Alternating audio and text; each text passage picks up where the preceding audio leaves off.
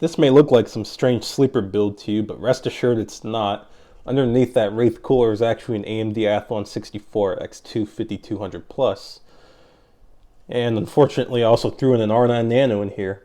And an SSD, which is going to come in handy because we're running Linux on this. We're running modern Linux on this with KDE Desktop, so that's going to be very fun and also very necessary.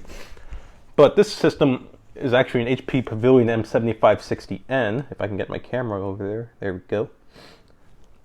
This would have originally shipped with an Athlon 64X2 4200 Plus, clocked at 2.2 gigahertz with 1 megabyte of cache, 2 gigabytes of RAM, which was originally upgraded, I think, to 3 gigabytes, and I upgraded it to 8 gigabytes. A DVD burner, which I don't have, but instead I have a DVD-ROM drive. It's kind of in there, and you might not be able to see it in there.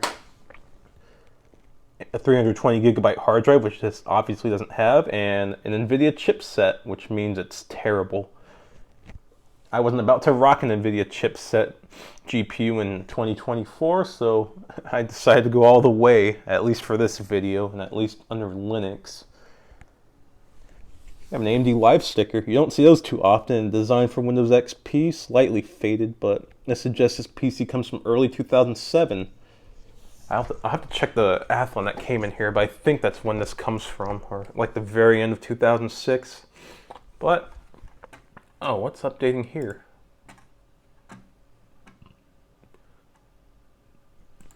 Sorry if it sounds like I have a cold. I'm fighting my sinuses this weekend and this week. It is awful. There we go. But, as I said, ta-da! 8 gigabytes of RAM. I guess 200 megabytes of it are reserved for whatever the system wants it for. Oh, Half-Life 2 is validating apparently. That poor Athlon is putting in work today.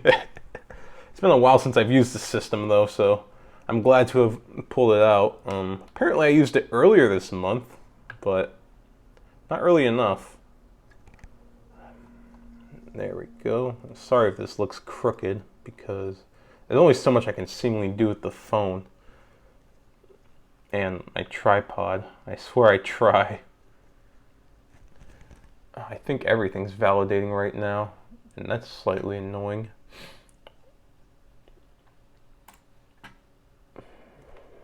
And we wait for this to load. What do I want to try first? I guess we'll try Left 4 Dead 2. Because this, I wouldn't say it runs great. Oh god, it has to process shaders. Oh, it's going to take forever. Let's try something that won't take forever. Oh, I pressed skip. Oh, it's going to take a while. Stop. Confirm. Oh god. Oh, there we go. Let's try Flatout 2. I know this runs fine, and I don't think the shader compilation is going to take that long. Yeah. It's doing alright for itself now. It's almost there. Come on. Come on. I know you can get there. But I got this at a thrift store for, well, $10. This is actually a mishmash of two different, well, slightly different Pavilions. I swapped out the motherboard from another one. I intended to swap in the capture card from this system because that motherboard was done for. Bunch of dead caps, and I have no ability to recap a motherboard. So that wasn't about to happen. And AM2 motherboards are not worth that much, especially cheap OEM boards like this one. Is it trying to run? I think it is. There we go. Unfortunately, I don't have any speakers in here in this system, or more accurately, this monitor doesn't have any speakers, so it's quite annoying. I'll turn off the light. Flick. Perfect. So instead, you just get to hear me breathe and attempt to play this game. Although, thankfully, I have my keyboard right here, so it shouldn't be so bad. Loading's taking a while. Okay. Oh, that's nice. That's quite nice.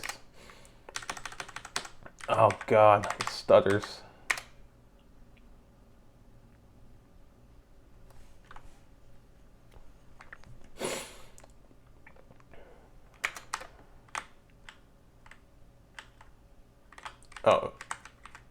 Oh, that's right.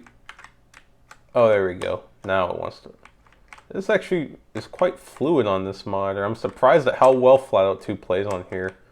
Although I guess in all fairness, this game does not need a ton of CPU. It'll run just fine on a Pentium D. I believe it'll run just fine on a Pentium 4 actually. One of the nicer hyper-threaded ones with some cache.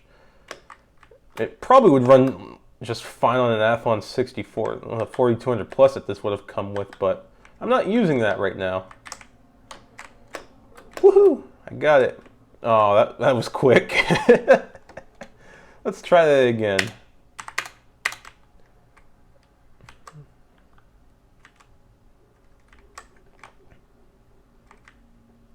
I'm actually surprised at how playable this is through Proton. This doesn't have a ton of CPU overhead, I see, and that's very much appreciated. Although I guess in all fairness, DXVK is not all that, it doesn't really add anything to CPU overhead, and generally speaking, it'll make it slightly better. Woo! If you're CPU limited. And I'm playing this game maxed out with 4 times MSAA. You can't really say that for most of the other pieces of hardware I've looked at. Especially not anything with a GeForce 6150 in it.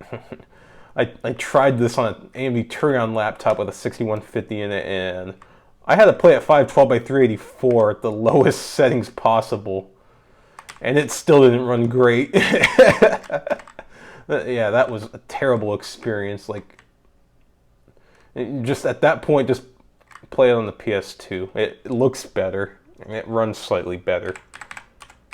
I'll take it. We'll close out of this. I don't have that much else to say about the system because I don't have too much going on with it right now, but I do plan on turning this into a retro system. I have an ATI Radeon X1900 XT, I think it is sitting somewhere that I'm going to put in here, and of course the RTX 550 that I plan on putting in here as well to replace the CX750M. I don't need anything that big in here, or that high wattage anyways.